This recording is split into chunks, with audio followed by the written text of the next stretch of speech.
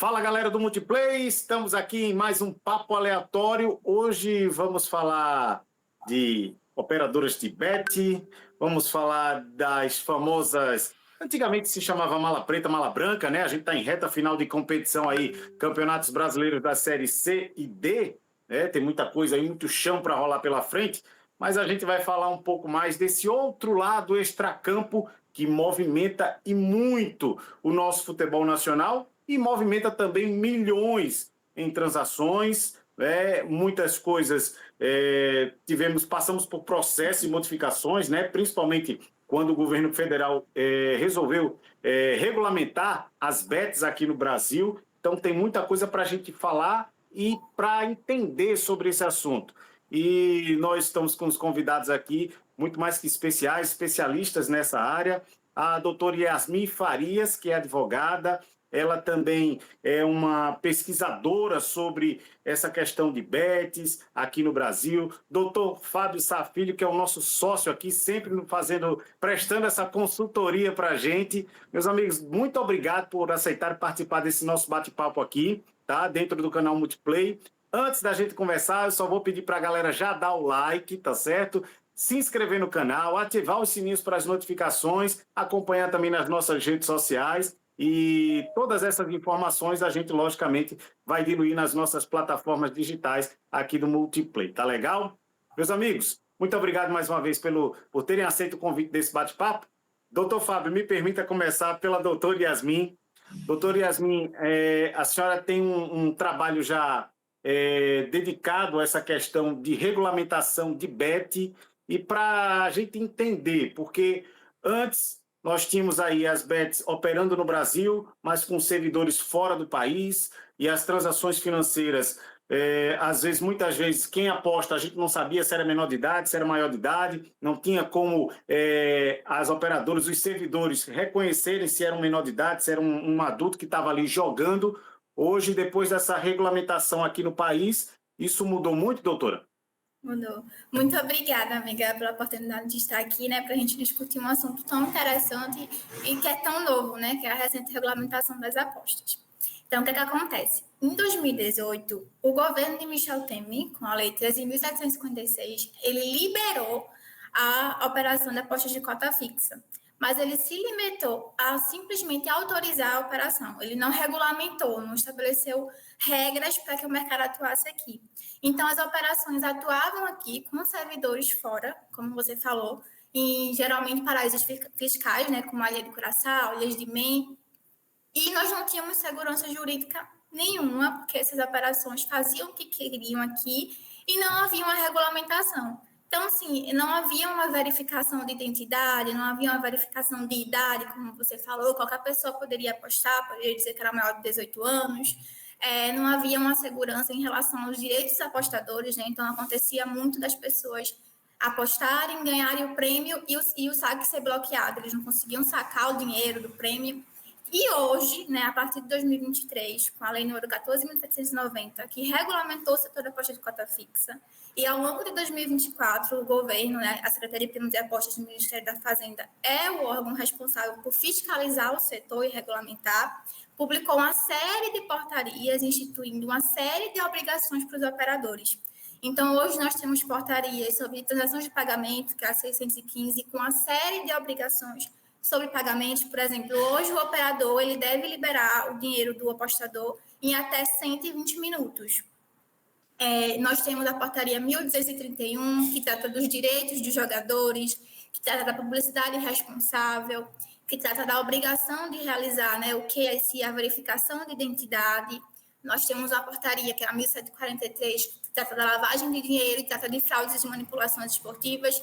Nós temos uma série de obrigações, inclusive, sobre o próprio sistema de apostas, né, para garantir a segurança do sistema, para garantir a lisura das apostas e dos jogos. Então, hoje nós temos um cenário totalmente diferente, um cenário seguro para o jogador, um cenário seguro para o mercado esportivo e de jogos como um todo. Ô, doutor Fábio, muitas bets, quando esse processo de regulamentação começou aqui no país, muitas bets que nós tínhamos aqui, elas foram embora. Muitas que eram daqui, mas que usavam servidores, como a doutora Yasmin falou, também pararam de existir. Hoje, me parece que depois desse processo aí de regulamentação, de fiscalização, principalmente, hoje está mais seguro para o torcedor fazer essas apostas aqui no Brasil? Vamos lá, Miguel. Em relação à segurança, é uma expressão um pouco forte, né? Mas pelo menos a gente tem um pouco mais de respaldo, né? Do ponto de vista tanto jurídico quanto de uma certa rastreabilidade e transparência, né, em relação aos dados, em relação tanto à preservação dos dados pessoais, né, de quem está sendo identificado como apostador, bem assim nós temos em relação a, como o Yasmin bem apontou, né, a própria premiação, você tem uma certa, vamos dizer, uma certa liquidez, né, garantia de que você vai receber aquele valor em até 2 horas, né, 120 minutos. Comparativamente ao que nós tínhamos antes, né, e essas entidades com até se a gente pensar hoje o próprio blockchain, né, as criptomoedas, criptativos eram um mecanismo para você utilizar como meio de pagamento, então até para você ter acesso a esse pagamento poderia ter uma certa dificuldade, né, dependendo se esses ativos estavam online ou offline, por exemplo. Então, hoje você tem uma maior rastreabilidade, né, e uma certa garantia do Estado de que aquele valor vai ser pago. E você não recebendo, você pode executar aquela entidade, até pela própria regulamentação, né, a proximidade que está mais dessas operadoras em relação aos mecanismos estatais, né, os mecanismos de Estado, de fiscalização e de cobrança. Então, hoje sim, a gente não tem como falar assim com 100% seguro, né, porque pode haver uma entidade aí que queira realmente dar um golpe em um grupo grande de pessoas e sumir do mapa, né? E aí, há um certo tempo, pagar regularmente e depois deixar de existir. Então, assim, a segurança é uma expressão forte, mas pelo menos do ponto de vista do que acontecia no passado, melhorou consideravelmente, né? Não é algo 100% seguro, né? Você tem que confiar realmente naquela entidade. E aí, claro, com o tempo, né, a entidade funcionando, você vai conseguir realmente acreditar mais, vai ter uma maior credibilidade no mercado, né? Já que a gente está falando do mercado de apostas online, principalmente, né? Então, assim, você vai ter uma certa credibilidade, mas isso não impede que essa entidade, em algum momento, queira sumir do mapa e dar um golpe nas pessoas, né? Isso é plenamente possível. Mas a gente sabe, tem algumas que são mais sólidas, você tem realmente as pessoas que estão por trás, são figuras conhecidas, né? E a gente não sabe qual é o papel dessas pessoas, se é só de marketing ou de fato sendo uma das sócias, né, do empreendimento, mas pelo menos com a regulamentação você tem como identificar esses sócios, a não ser que sejam sócios ocultos, né? Mas aqueles sócios aparentes que estão devidamente registrados, você tem como identificá-los, graças à regulamentação, graças aos critérios, né, que existem para o respectivo funcionamento na forma da lei. Tem muitos assuntos técnicos. Pois não, doutora? Pois não. Só para complementar a fala do professor Fábio, né? Todos os direitos do consumidor estão reservados também aos apostadores, né? A Lei número 14.790, ela fixou isso muito bem. E como o professor Fábio falou, assim, golpe a gente pode levar em qualquer empresa, né? O risco sempre existe, assim, a gente pode, sei lá, tem tantas festas de formatura, por exemplo, que o pessoal fecha, aí a empresa dá golpe e tal, mas de fato hoje é um cenário totalmente diferente do que tínhamos antes, assim, é considerado realmente assim seguro até certo ponto, porque sempre existe a possibilidade de ter um golpe, de ter algum problema, né? Mas só para complementar. Deixa, a gente tem muitos assuntos técnicos ainda em relação às bets, às apostas, mas para a gente, nós estamos falando também para um público adulto, né, que tem jovens em casa, tem crianças que veem o comercial ou já está muito antenado com essa questão de aposta, de ir lá e fazer o cadastro. Hoje, doutor Yasmin, está mais rigoroso para que as pessoas façam esse cadastro nessas casas de aposta, nessas bets, principalmente para evitar que menores de idade, como a senhora falou agora há pouco, utilizem o cartão do pai e da mãe e façam esse cadastro se passando por eles. Hoje, como é que as bets estão operando para que realmente aqueles que estão ali aqueles membros da Casa das Bets realmente sejam maiores de idade, sejam pessoas que estejam ali com os dados pessoais, com seu cartão de crédito como titular? Então, hoje é obrigatório que todas as operações que sejam reguladas, que é isso, reguladas, que possuam a autorização do governo federal para atuar, ou a autorização de uma loteria municipal, por exemplo, implementem o KYC, que é um sistema de conheça seu cliente. É um processo que é obrigatório nessas empresas, semelhante ao que acontece em instituições financeiras, para verificar a identidade dos clientes e garantir que eles são quem eles dizem ser. Então, hoje, em uma operação regulada, não entra um menor de 18 anos. Você precisa colocar seus dados pessoais, você precisa colocar a sua identidade, o CNH, você precisa fazer a biometria facial. Então, isso é, inclusive, um processo para prevenir a lavagem de dinheiro, né? Para a gente evitar a fraude, para assegurar realmente a segurança da empresa e a nossa conformidade com a legislação. Então, é um processo super robusto e a gente tem um monitoramento contínuo da verificação da identidade daquele usuário. A gente regularmente pede a biometria facial, monitora as transações do cliente. Então, não tem, realmente, assim, é claro que pode haver falhas, né, erros, mas, em regra, só maior de 18 anos consegue realizar o cadastro. Vamos entrar num assunto aqui, gente, que até muito da seara da doutora Yasmin, que é essa luta contra a manipulação de resultados. E aí, muitas vezes, nós temos aqui casos reais de jogadores do futebol brasileiro que sejam do país, que estejam atuando no país ou no exterior, que acabam se envolvendo em manipulação de resultados, e aí isso acaba prejudicando muito o jogador. Aqui no esporte nós tivemos o Igor Cariús, que foi alvo de uma investigação no Mato Grosso, né, da Polícia Civil do Mato Grosso. Ele, inclusive, teve que pagar uma punição, quase um ano fora de atividade, e aí negociou essa punição, trocou por uma multa, um valor, uma doação, e aí voltou a jogar. O esporte, inclusive, esperou para que ele voltasse, né? E ele, a defesa, logicamente, alega que ele é inocente. O esporte acreditou, inclusive, nessa defesa, nessa inocência dele. Bom deixar claro, quando o Igor Cariús se envolveu ou foi alvo dessa operação, ele não jogava pelo Sport Clube do Recife, tá? Isso foi um ano depois. E essas investigações, até que elas demoram um pouco, né? O Paquetá se envolveu recentemente, e tantos outros aqui do futebol nacional e do internacional que se envolvem nessa questão. E aí as bets acabam sendo envolvidas nessa questão. Muitas vezes, a bet não tem nada a ver com isso. São pessoas que estão fora, são pessoas que fazem ali o seu conchavo, vou falar no popular assim, para que essa manipulação seja feita, seja por cartões amarelos, seja por número de escanteio, número de faltas, enfim, cartão vermelho. Como é que a Bet pode, doutora Yasmin, fiscalizar isso para que o nome, a empresa não seja envolvida numa questão que está bem fora da realidade ali das bets, mas que acabam sendo envolvidas nessas empresas? Exato. Infelizmente, Miguel, é um risco que a gente corre.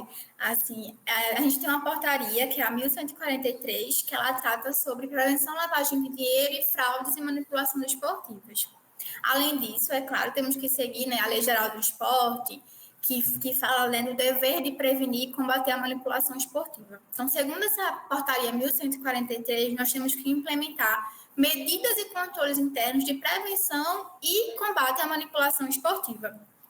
Um deles, por exemplo, é a associação com integridade de monitoramento de apostas esportivas, como a Sport Radar, o IBIA, o IC360, que a Sport Radar, inclusive, está sendo muito falada, né? Porque ela tem feito muitas parcerias com clubes e com federações estaduais de esporte, justamente para ajudar nesse combate à manipulação esportiva, né? Monitorar apostas atípicas,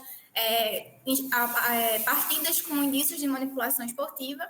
Então, a gente tem esse monitoramento contínuo, diário, por exemplo, com a Sport Radar. Eles notificam a gente sobre qualquer movimento atípico, qualquer aposta atípica, e com esse monitoramento contínuo, a gente consegue, por exemplo, suspender as apostas em uma partida que tem indícios de fraude, de manipulação, para que ninguém perca, né, com isso. nós implementamos políticas claras e rigorosas de integridade esportiva, e nós temos também o dever, né, e nós atuamos em colaboração com clubes, com entidades desportivas, com a Polícia Federal, com o Ministério Público. Nós conseguimos guardar todos os dados, né, para ter essa rastreabilidade, para cooperar com os clubes, com a Polícia Federal, com o Ministério Público. Então, hoje, como eu digo, né, a gente tem uma segurança muito maior, porque esse dever que o governo impõe ajuda nessa prevenção e no combate.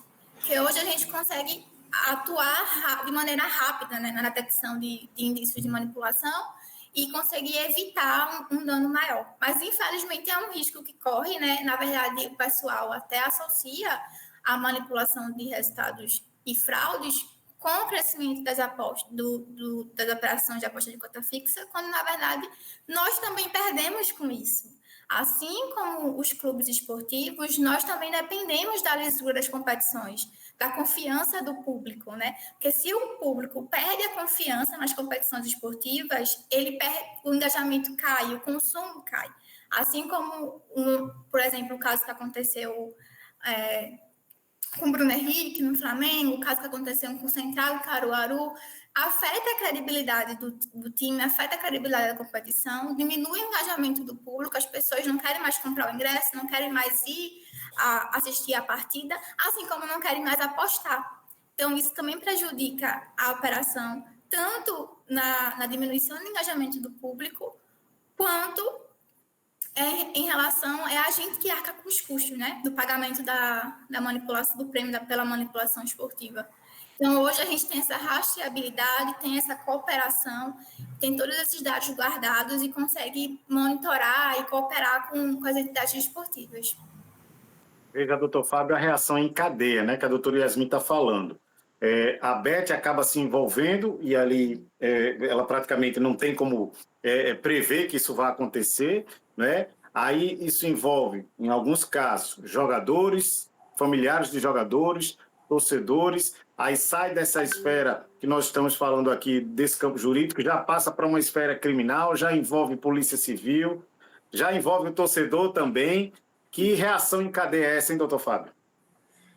Pois é, Miguel. Uma demonstração clara disso é a Operação Penalidade Máxima, que a gente tem à frente aí como denunciante o Ministério Público de Goiás, do Estado de Goiás, mas que já envolve, né, a atuação de várias entidades, vários órgãos públicos, né? A própria Polícia Federal é um braço dessa operação, né? Eu falei Mato Grosso, mas é de Goiás, né? A de Igor Cariús é Goiás, né? Ele é um dos indiciados, é um dos 16 indiciados por corrupção, ou é ativa ou passiva, né? Ou ele foi quem ofereceu, quem recebeu. Eu acho que foi passiva, ele foi quem teve a ele prometida vantagem, né? Isso. Então, assim, nesse caso, essa operação penalidade máxima, ela envolve desde as questões mais, vamos dizer assim, mais brandas do ponto de vista criminal, como aquelas mais realmente consideradas mais pesadas, né? Do ponto de vista jurídico, eu não sou um penalista, mas eu tive a curiosidade de ver o caso e me aprofundar um pouco nele. A gente tem desde pessoas que pegaram pena de reclusão, né, de restrição de liberdade, pena de prisão, de 5 anos até 22 anos, por justamente ter se associado ao crime que a gente chama de organização criminosa. Então, assim, já fugiu um pouco da seara puramente desportiva, né? Inclusive, um dos 3 condenados, né, que pegou realmente uma pena consideravelmente alta, perto dos 20 anos de pena de prisão, né, de reclusão, ele é um ex-atleta, né? Como é um fato público, né? Ele é um ex-atleta da base do Palmeiras, Romarinho, mas não teve muito destaque. Ele realmente não teve notoriedade no meio esportivo, tanto que com mais ou menos 24 anos de idade, 25 anos de idade, ele parou de jogar praticamente, porque o último clube dele foi em 2019, foi a Ponte Preta, né? E ele hoje se encontra com 31 anos. Então, assim, é um atleta que não chamou muita atenção, mas foi identificado como uma das lideranças, né, do crime organizado em relação a essas apostas esportivas, ou seja, a organização de resultados, Yasmin vai explicar muito bem isso, que é a questão do match fixing, né, o spot fixing, né, a questão da manipulação de resultados em relação ao jogo em si ou em relação a eventos, né, o cartão amarelo, né, um escanteio, né, você provocar uma penalidade máxima, né, um pênalti durante o jogo. Então, tudo isso pode ser realmente alvo de apostas esportivas e as pessoas têm interesse, né, em querer antecipar o resultado, né, para justamente ter uma vantagem financeira em relação a essa antecipação. A informação privilegiada você recebe e você, consequentemente, vai ter um benefício em relação a essa informação privilegiada, porque pode ser até o próprio executante da informação privilegiada. Ele dá a informação, eu vou levar um cartão amarelo hoje e você aposta no cartão amarelo que eu vou levar. Isso não tem, praticamente, 100% de chance de que vai acontecer, a não ser que o árbitro diga, não, eu estou vendo que está forçando, não vou dar não. Teve um caso de um vermelho já, o juiz disse, eu não dei o vermelho porque eu vi que estava forçando o vermelho. Eu dei só amarelo e tentava divertir e falava com eles para poder realmente segurar o jogo, para diminuir a intensidade, mas eu vi que estava forçando o cartão vermelho. E aí, claro, depois, eventualmente, ele podia ser investigado, né, pela Procuradoria do STJD, pelo ato que estava sendo praticado de maneira deliberada, e a gente tem várias repercussões, né, em relação a esse ato. Esse que a gente mencionou agora são crimes de maior potencial ofensivo. Né? O crime de organização criminosa, sem dúvida alguma, né, penas de 5 a 22 anos de idade, 22 anos de cumprimento de pena, é realmente algo considerável, né? É algo realmente que chama muita atenção. Mas temos penas, por exemplo, que vão de 2 a 6 anos de reclusão, justamente pela Lei Geral do Esporte, tem lá essa previsão para evitar que existam manipulações de resultados, né? De pessoas que realmente aceitem receber uma vantagem, ofereçam uma vantagem para poder justamente ter a antecipação do resultado. Então, você tem já uma pena de reclusão de 2 a 6 anos, já algo mais brando. Né? Do ponto de vista da própria justiça desportiva, o Código Brasileiro de Justiça Esportiva, o CBJD, tem previsão de penas mais brandas, por exemplo, do ponto de vista do cumprimento da penalidade esportiva, você tem lá penas que vão de 12 a 24 jogos de suspensão ou de 360 a 720 dias também de suspensão. Então, e multa, né? Multa que vai de 100, varia de R$100 até R$100.000. Né? Então, assim, essas penas, do ponto de vista esportivo, para os atletas, por exemplo, para treinadores, né, para as pessoas que estão mais ligadas diretamente a uma partida, a um jogo, né, e, claro, a gente está falando mais de futebol aqui, porque os casos mais investigados estão voltados a esse âmbito, até pelo apelo, principalmente no Brasil, em relação a essa prática esportiva, mas a gente tem tanto as penalidades, como eu disse, mais graves, como essas mais brandas. O Bruno Henrique, por exemplo, foi alvo recentemente de investigação pelo próprio GAECO, né? Esse grupo de operações do Ministério Público de Goiás foi quem realmente identificou, né? A primeira discussão do ponto de vista da justiça esportiva em relação a esse caso do Bruno Henrique foi arquivado por falta de provas, né? E foi reaberto graças a essa investigação mais aprofundada do Ministério Público de Goiás, do Estado de Goiás. E aí, numa segunda rodada, né, foram 16 indiciados, e já todos eles foram julgados. O mais brando foi o Tony Anderson, que levou, acho que só uma multa de R$40 mil. Todos os demais foram punidos já de maneira mais severa, né? O Bruno Henrique foi o que teve a pena mais branda, foram 12 partidas de suspensão. Já teve outros que foram realmente dias, né? Teve o caso de 1 ano, de 2 anos, 600 dias, né? E também teve o caso de banimento. Bruno Henrique levou 12 jogos de suspensão. Aí a argumentação é porque, a exemplo que houve com o Igor Cariús, houve uma certa participação maior de uma defesa, né? A defesa do próprio clube, né? O clube do Bruno Henrique, que é fato público notório, é o Clube de Regatas Flamengo, né? Então houve uma assessoria realmente qualificada e eles conseguiram demonstrar, graças a essa assessoria qualificada, que ele não participou da organização do crime e nem foi aliciado por uma organização criminosa. Pelo menos não houve prova em relação a isso. Diferentemente de outros casos que o aliciamento de uma organização criminosa ficou configurado. No caso dele, ficou lá configurado apenas uma conversa com parentes, em que havia um ajuste para ele receber um cartão, né? E aí os parentes terem a vantagem financeira junto a uma operadora de uma bet, né? Então, assim, existem várias situações que você pode ter, né, com as apostas esportivas. E aí, lembrando, as apostas esportivas, as operadoras são vítimas desse sistema, né? Ela não tem participação, a não ser que você comprove a responsabilização subjetiva, né? Aí, comprovadamente, de culpa ou de dolo, né? Tem intenção de ter realmente a fraude esportiva, mas se você não tem o dolo né? Não tem a intenção de realmente ter a prática, ou uma omissão que você realmente não tinha o dever de fazer algo e não fez, né? A gente chama culpa por omissão, ou até mesmo alguma outra circunstância que justifique você responsabilizar aquela entidade.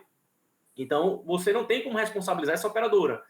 Mas aqueles que estão diretamente, de alguma maneira, organizando o resultado de uma partida ou fatos, eventos de uma partida, esses sim estão sendo devidamente investigados, estão sendo punidos veementemente.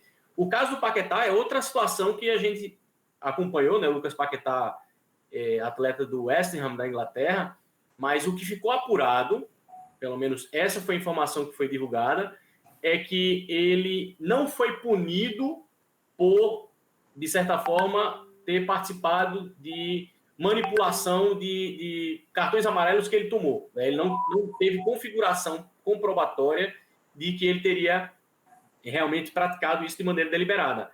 Ele foi punido por outra questão, por ele ter o celular apreendido e ele obteve um outro aparelho celular durante as investigações, e esse aparelho celular parece que teve, de certa maneira, uma utilização de modo a prejudicar a reunião de provas. Então, por conta desse uso desse outro celular, é que ele foi punido, por ter dificultado, né, o andamento processual. Basicamente, ele foi punido por isso, não foi punido diretamente por ter realmente praticado atos deliberados, para que a acusação era essa, ele tinha tomado cartões amarelos em algumas partidas, né? E aí esses cartões amarelos teriam sido supostamente feitos de maneira forçada para que alguém se beneficiasse com do ponto de vista financeiro, como eu acabei de falar em relação ao caso do Bruno Henrique. O Bruno Henrique ficou configurado, né? Mas levou uma pena mais branda. Do Lucas Paquetá, pelo menos a informação que se tem é que não houve a configuração, a comprovação de que isso aconteceu. Mas ele foi punido por outro aspecto, por ter supostamente dificultado o andamento do processo, né, desse procedimento que houve a investigação no caso dele.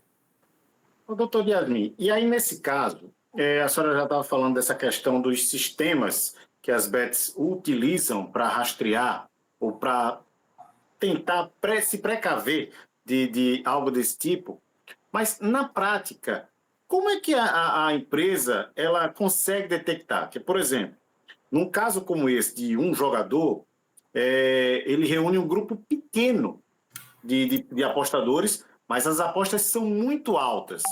É a partir desses valores, grupos pequenos, com uma quantidade de 2, 3 ou 5 torcedores, porque não dá, apostadores, não dá para abrir o leque para muita gente, porque senão vai ficar muito na cara, né? Uma tentativa de manipulação como essa.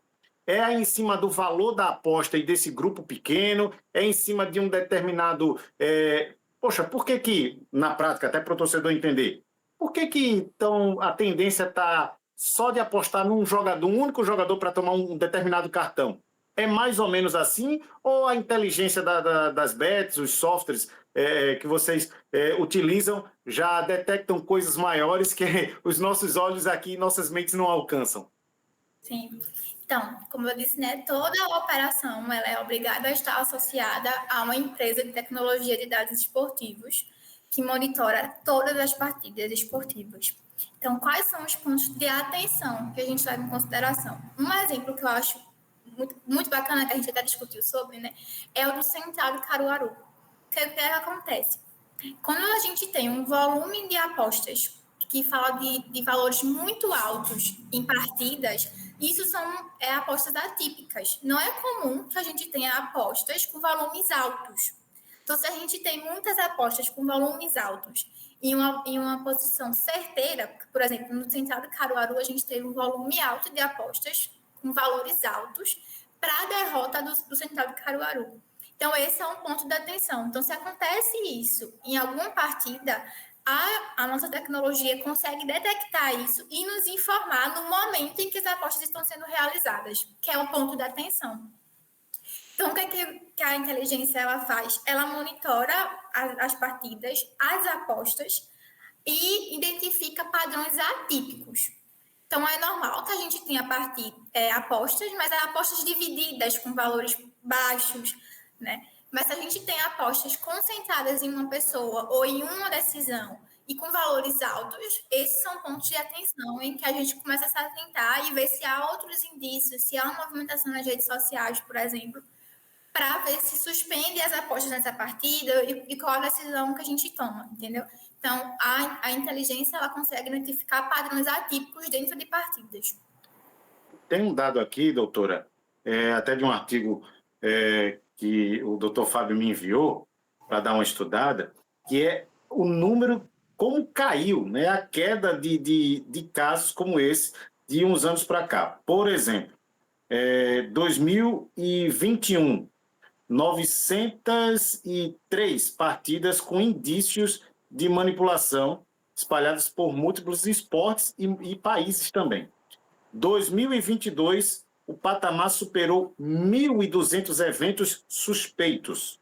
E aí, 2025, 1.329 partidas, e foi a maior marca da série. Aliás, 2023, 1.329. A inteligência está se especializando cada vez mais em detectar, mas o número deu uma crescida, né? Exato. Eu acho que deu uma crescida realmente a partir do crescimento das operações, né? Mas se você observar, de 2024 para cá, está diminuindo, justamente por causa das exigências regulatórias e por causa desse papel ativo dos operadores na prevenção. Então, a gente tem dado mais informação, tem conscientizado tantas operações, os clubes têm se preocupado também em conscientizar, né, sobre como é que funciona o aliciamento, quais são as penalidades, como prevenir. Então, os dados estão diminuindo, né, e esperamos que continue diminuindo até se tornar irrisório. Uhum. Doutor Fábio, a gente estava falando muito aqui das punições e das investigações muito em cima dos atletas ou desse grupo que participa dessas apostas, desses suspeitos, vamos dizer assim. Mas existe algum caso no país ou fora do país em que o campeonato como um todo tenha sido paralisado ou suspenso por conta desses casos? Teve sim já, Miguel. A gente tem um caso brasileiro, infelizmente. A gente tem casos italianos, né? O Cautio Caos, por exemplo, é um deles. Mas o caso brasileiro não faz muito tempo, né? Em 2005, que culminou com um título do Corinthians naquela competição, a gente teve o árbitro Edilson Pereira de Carvalho, foi alvo de investigação, né? E supostamente houve manipulação de resultado do próprio árbitro, né? Em relação às partidas, e foram 12 partidas mais ou menos identificadas com a participação desse árbitro, e elas foram todas anuladas, porque há a previsão no CBJD de anulação da partida, né? Inclusive, mais um detalhe, né? Eu não mencionei, mas a pena mais grave que tem está lá, justamente falando sobre a pena de eliminação, que é o banimento. Foi arrestado para um dos 5 dos 16 iniciados naquela operação que falei há pouco, né? Penalidade máxima. Então, nesse caso, houve a oportunidade para se investigar, né, a participação do Edilson Pereira de Carvalho nessas partidas, e como havia indícios graves, né, decidiram por anular 12 partidas. O curioso é que das 12, 2 partidas o Corinthians tinha perdido. Eu vou ter que identificar isso. A gente, na época, me chamou muita atenção. 2 partidas o Corinthians tinha perdido pontos. Eu acho que foi um empate e uma derrota.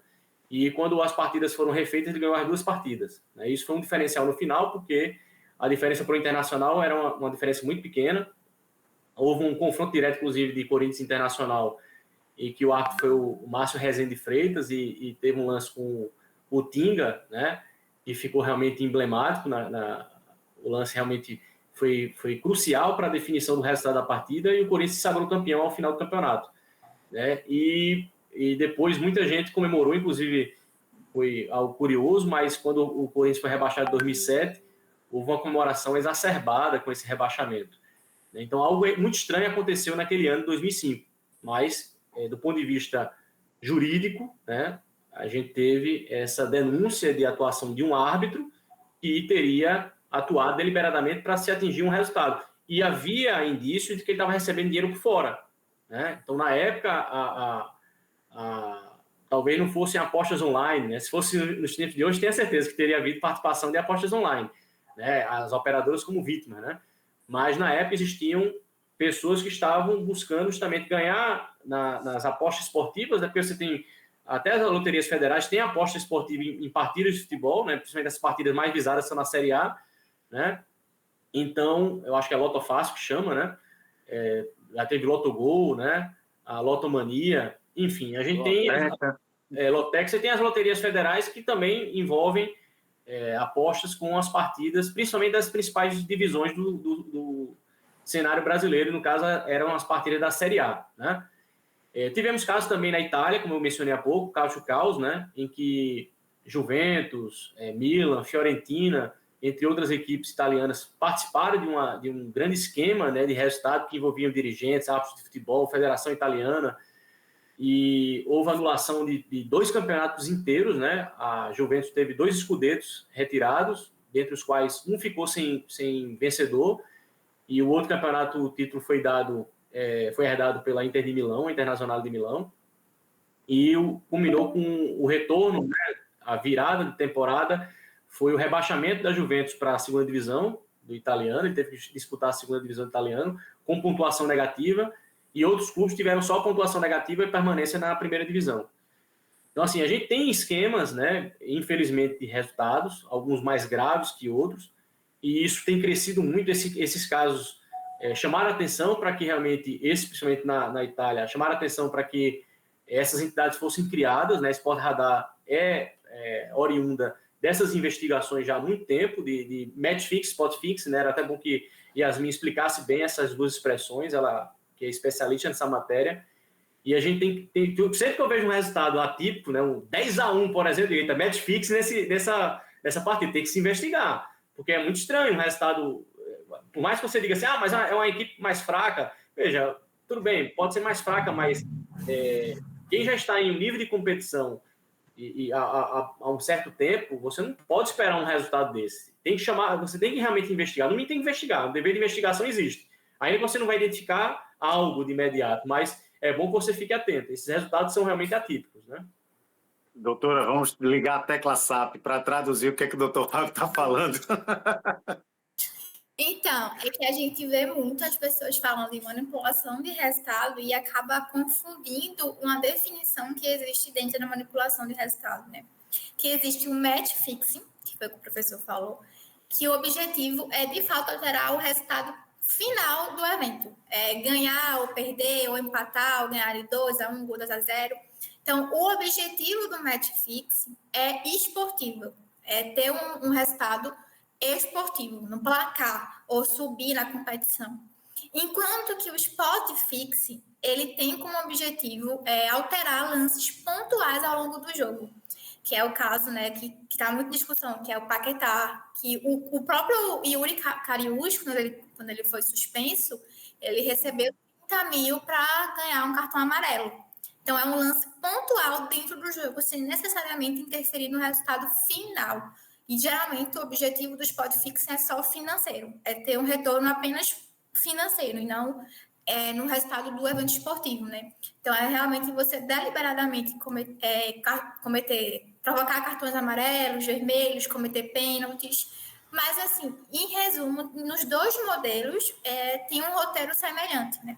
Que é o aliciamento de atletas, árbitros ou intermediários para alterar o resultado, seja dentro da partida ou o resultado final do evento, no placar. Então, é isso. A conversa está tão boa que o tempo está passando rápido, mas dá tempo ainda de falar o seguinte, doutor Yasmin. Hoje, as operadoras, elas patrocinam campeonatos, né, geram empregos, né, diretos e até mesmo indiretos, e a gente precisa falar muito da sustentabilidade do nosso futebol através desses patrocínios das bets. Então, até orientar o internauta, o apostador, a identificar sempre uma operadora que esteja regulamentada aqui no país, para evitar que haja qualquer tipo de sonegação de imposto, a confiabilidade ali daquela operação, daquela aposta, saber que realmente você vai apostar e não corre o risco, como o doutor Fábio falou agora há pouco, dessa bet que não é regulamentada no país, e ir embora e seu dinheiro ficar perdido por aí, não é isso? Sim. Miguel, tu tocou no ponto central. Muita gente acha que o inimigo hoje são as bets no geral, mas o nosso inimigo hoje é o mercado ilegal, são essas bets que estão atuando de forma irregular, que não possuem autorização e não cumprem as regras estabelecidas pelo governo federal.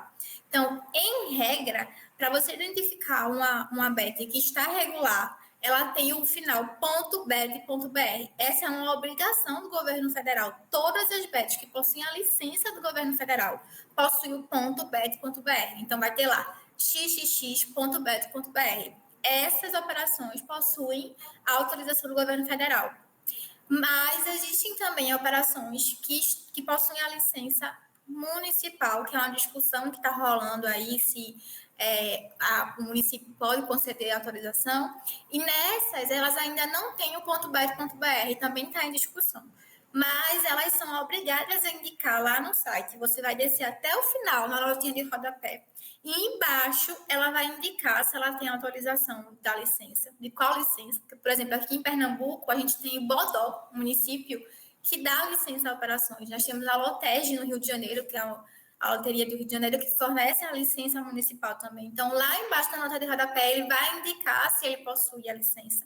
Se ele indicar que possui, ele tem que indicar qual foi o auto, o número da portaria, o auto da autorização, e você pode conferir no Google se está certinho, né?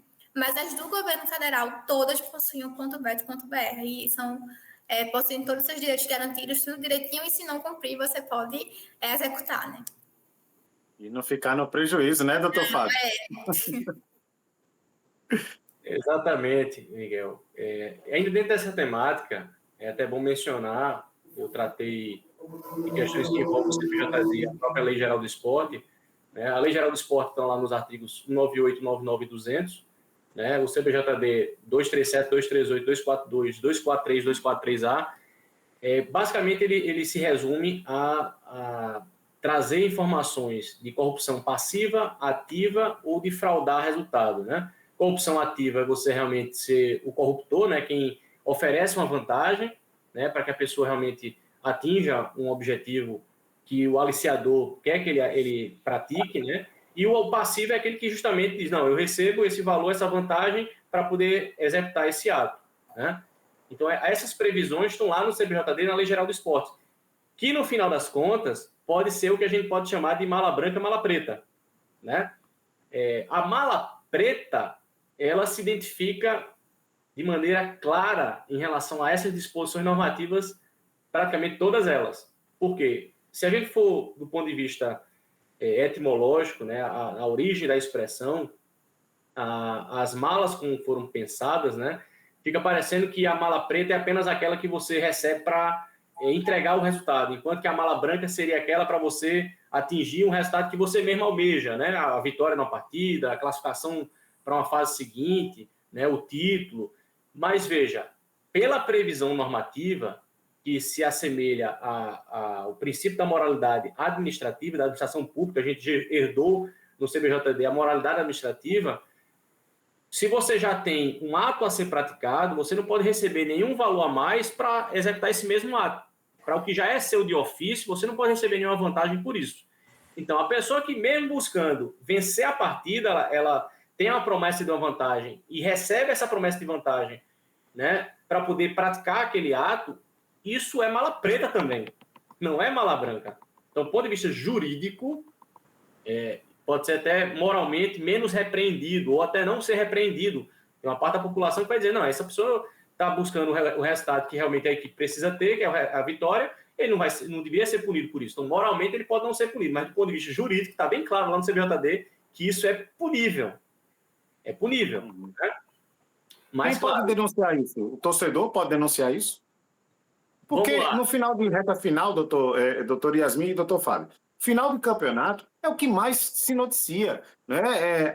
O clube A vai mandar uma mala para o clube B para poder vencer e ser favorecido e derrubar o rival. Todo ano a gente fala sobre isso. Quem pode denunciar isso?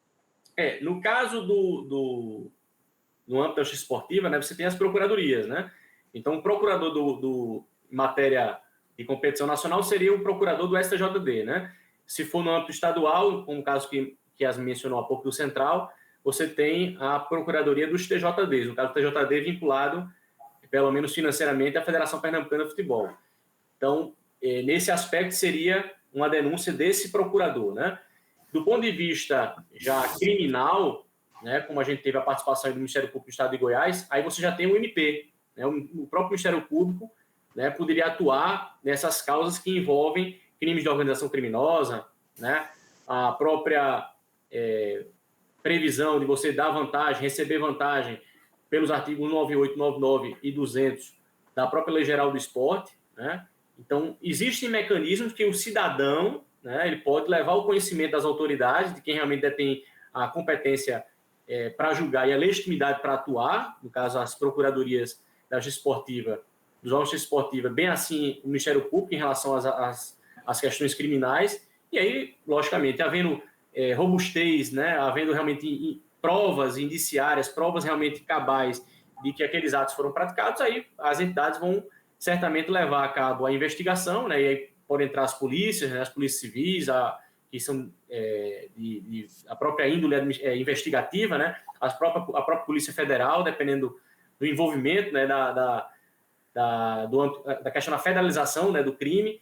Então, nesses casos, você tem realmente mecanismos para poder essas matérias serem levadas a cabo para investigação, né, e os meios para se chegar a esse fim. Mas só destacando realmente que o que a gente pensa que é mala branca, na verdade não é. Para ser mala branca seria algo utópico, né? Seria você realmente não esperar receber nenhuma vantagem, né? Praticar o ato que a pessoa que espera que você realize aquele ato, você atinja aquele fim e ele vai premiá-lo por esse ato, sem você saber que ele ia pagar isso a você. É como um garçom, por exemplo, num restaurante, que a princípio ele sabe que tem uma expectativa, né, é um certo costume, né, mas ele não sabe quanto ele vai receber e de quem ele vai receber. Pode vir de qualquer pessoa, né? Mas ele pelo menos tem alguma expectativa. O atleta não, o atleta ele não vai saber quem é que vai pagar para ele e pode vir qualquer valor, né? Isso seria uma mala branca, né? É você não ter nenhum direcionamento, vai receber e recebe sem nenhuma expectativa, né? Então, assim, isso é utópico, não existe na prática. Ninguém vai querer premiar alguém por um resultado já obtido, né, que você pode se beneficiar, né? Já a mala preta, não. Pelo CBJD, pela legislação esportiva, a própria Lei Geral do Esporte, o que a gente entende hoje por mala branca também é mala preta. Porque se você sabe que vai receber aquele valor para executar o próprio ato que já é seu de ofício, isso também é preta. Doutora, a senhora tocou num ponto tão interessante que eu vou pedir para a senhora repetir, que não deixa de ser uma prestação de serviço. Para os jovens que não são maiores de idade, se eles quiserem apostar, eles precisam da autorização dos pais, ou os pais podem criar uma conta nas bets. Para os casos dos menores, como isso é feito e como identificar uma bet regulamentada. Eu queria que a senhora repetisse, porque foi muito importante o que a senhora falou agora há pouco. Tá certo. Miguel, criança não pode apostar. Jogo é para adulto, é assunto de adulto, de maiores de 18 anos. Deve ser levado tão a sério quanto bebidas alcoólicas ou quanto, sei lá, cigarros, por exemplo. É para adulto, é para maiores de 18 anos. Crianças não podem jogar de maneira alguma. Se os pais estão permitindo isso, então temos que denunciá-los, né? Porque não pode permitir jogos para crianças, é só para adultos. Para a gente identificar uma bet regulamentada, as bets que possuem autorização do governo federal, elas possuem o final .bet.br. Mas também existem bets que possuem licenças de loterias municipais. E aí a gente só consegue identificar entrando no site, indo lá na nota de rodapé, ele vai dizer se ele tem licença municipal e ele vai indicar qual é o ato. E aí você só vai copiar ali, por exemplo, ele vai indicar portaria, número tal. E aí você copia e pode confirmar a veracidade no Google, né? Miguel, se me permite, eu sei que está encerrando, mas eu acho muito importante a gente focar também na parte preventiva dos clubes que estão preocupados em prevenir a manipulação, né? Até porque a Lei Geral do Esporte, ela estabelece que nós devemos prevenir. Não basta apenas a reação após a denúncia, né? É preciso estabelecer mecanismos preventivos capazes de reduzir o risco de manipulação. Então, o passo simples, assim, controles internos que os clubes podem implementar é realmente Primeiro, proibir a realização de apostas por jogadores, técnicos, dirigentes e funcionários que possuem informações privilegiadas dentro do clube. Realizar treinamentos periódicos, né, com os atletas, os dirigentes e funcionários que podem ter informações privilegiadas. Né? Pesquisas indicam que a realização de treinamentos periódicos diminui a incidência de manipulações em determinadas regiões. Fazer parceria com o monitoramento de sistema de mercado de apostas, como a Sport Radar, o IBIA, criar um canal de denúncia, né? A gente falou sobre o canal de denúncia, o professor indicou o Ministério Público, a Polícia Federal, mas se os clubes possuírem também um canal de denúncias internas, facilita bastante para que os jogadores possam denunciar as suspeitas deles. E, claro, né, a cooperação multissetorial, cooperação entre clubes, entidades federativas, federações, Ministério Público, o Tribunal de Justiça Desportiva.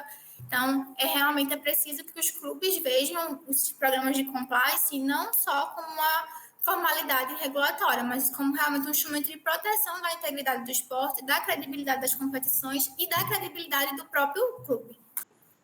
Doutor Fábio, a gente já está chegando na reta final, mas tem um ponto importantíssimo que as próprias bets, quando elas fazem as mídias, as propagandas, elas sempre encerram as campanhas publicitárias com jogue com moderação, jogue com responsabilidade. E a gente sabe, doutor Fábio, que em alguns casos apostar acaba virando um vício, né?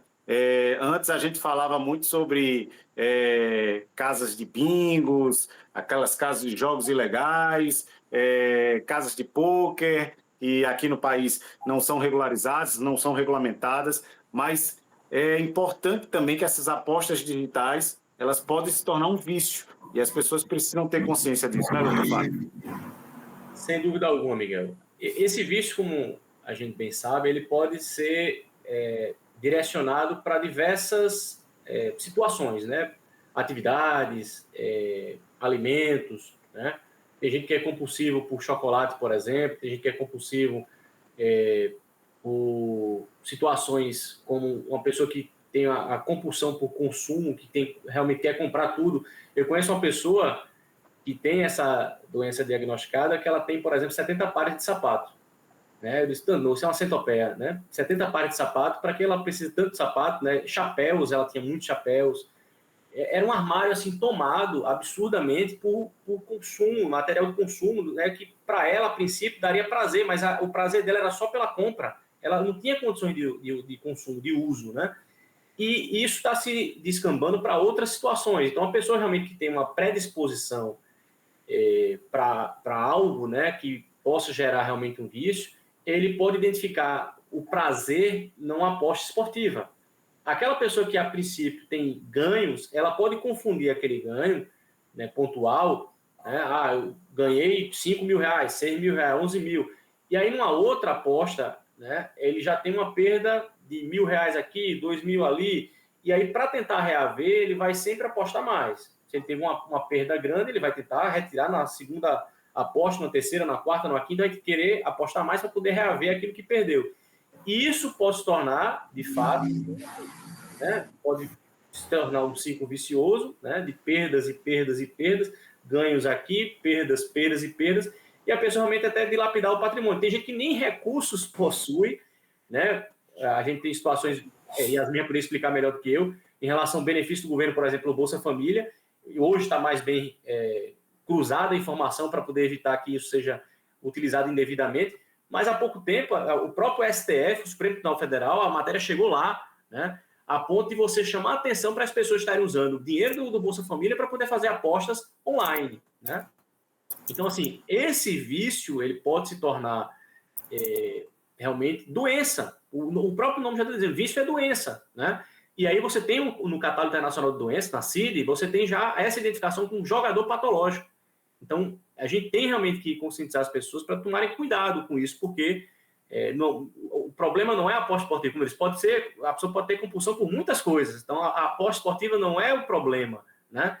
Mas sim ter realmente cuidado para que as pessoas no entorno percebam que se aquela pessoa está apostando demais, buscar realmente ajuda, né? Já que ela pode não identificar que ela está com aquele problema, então pessoas próximas tentarem buscar essa ajuda em favor de um terceiro, um amigo, um familiar, para que essa pessoa realmente saia desse estágio, porque realmente é grave, né? São situações realmente que você pode dilapidar o patrimônio, você pode ter uma perda de recursos, pode envolver até um imóvel da família, né? A pessoa aposta tanto que acaba realmente perdendo recursos importantes, né, do seu patrimônio. Então, assim, tem que ter muito cuidado com isso, porque realmente é algo que pode ser prejudicial em vários aspectos.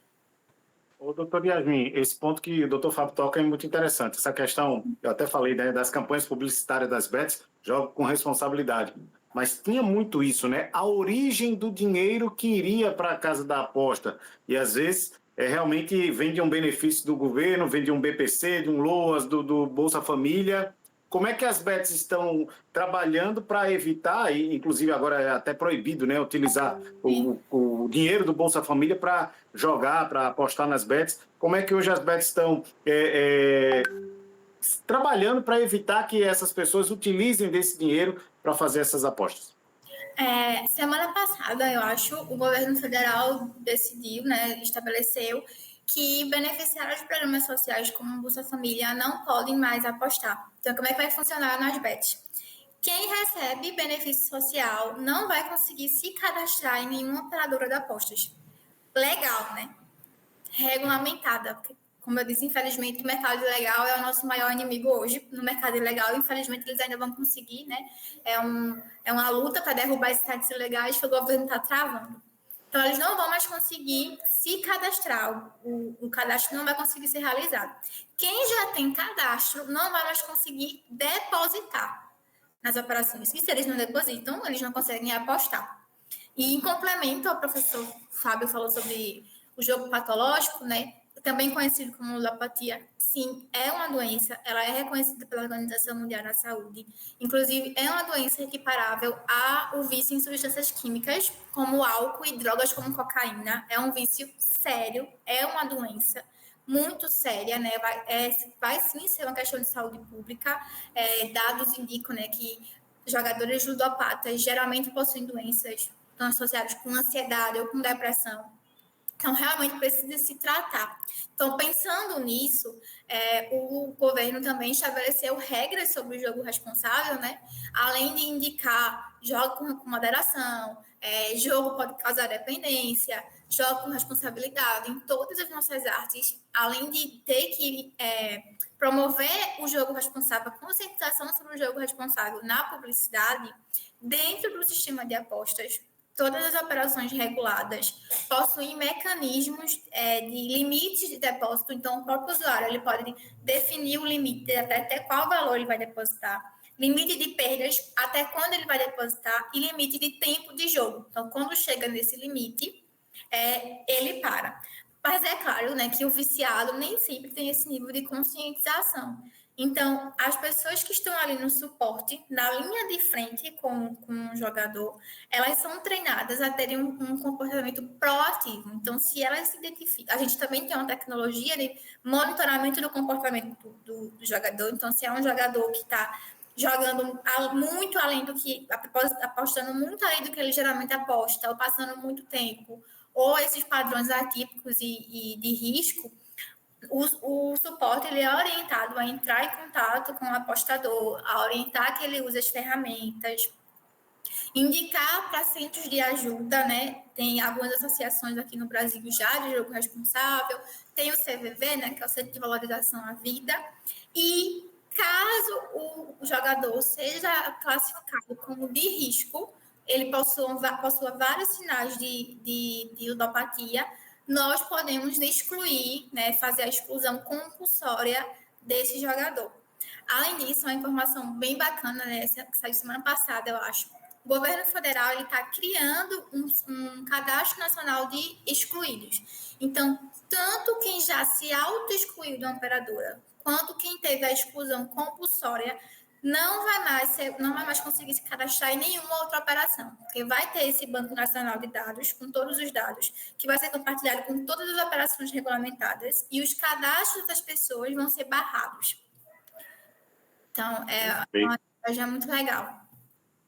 Perfeito. É importante a população, quem estiver assistindo esse nosso bate-papo aqui, se conscientizar, como diz a propaganda, né? Jogue com responsabilidade, com moderação. Doutora Yasmin Farias, muitíssimo obrigado pelos seus esclarecimentos, pelas suas informações, por trazer seu conhecimento aqui para o nosso papo. Obrigado, até a próxima. Fique à vontade para, sempre que tiver informações, a gente trazer aqui para os nossos internautas. Muito obrigada, Miguel. O prazer foi meu. Parabéns por esse canal, por trazer informações tão relevantes para a sociedade aqui. Obrigado. Doutor Fábio, um abraço para o senhor, tudo de bom. Volto mais vezes, viu, com novidades. Obrigado, Miguel. Sempre um grande prazer, né, a gente se encontrar aqui virtualmente.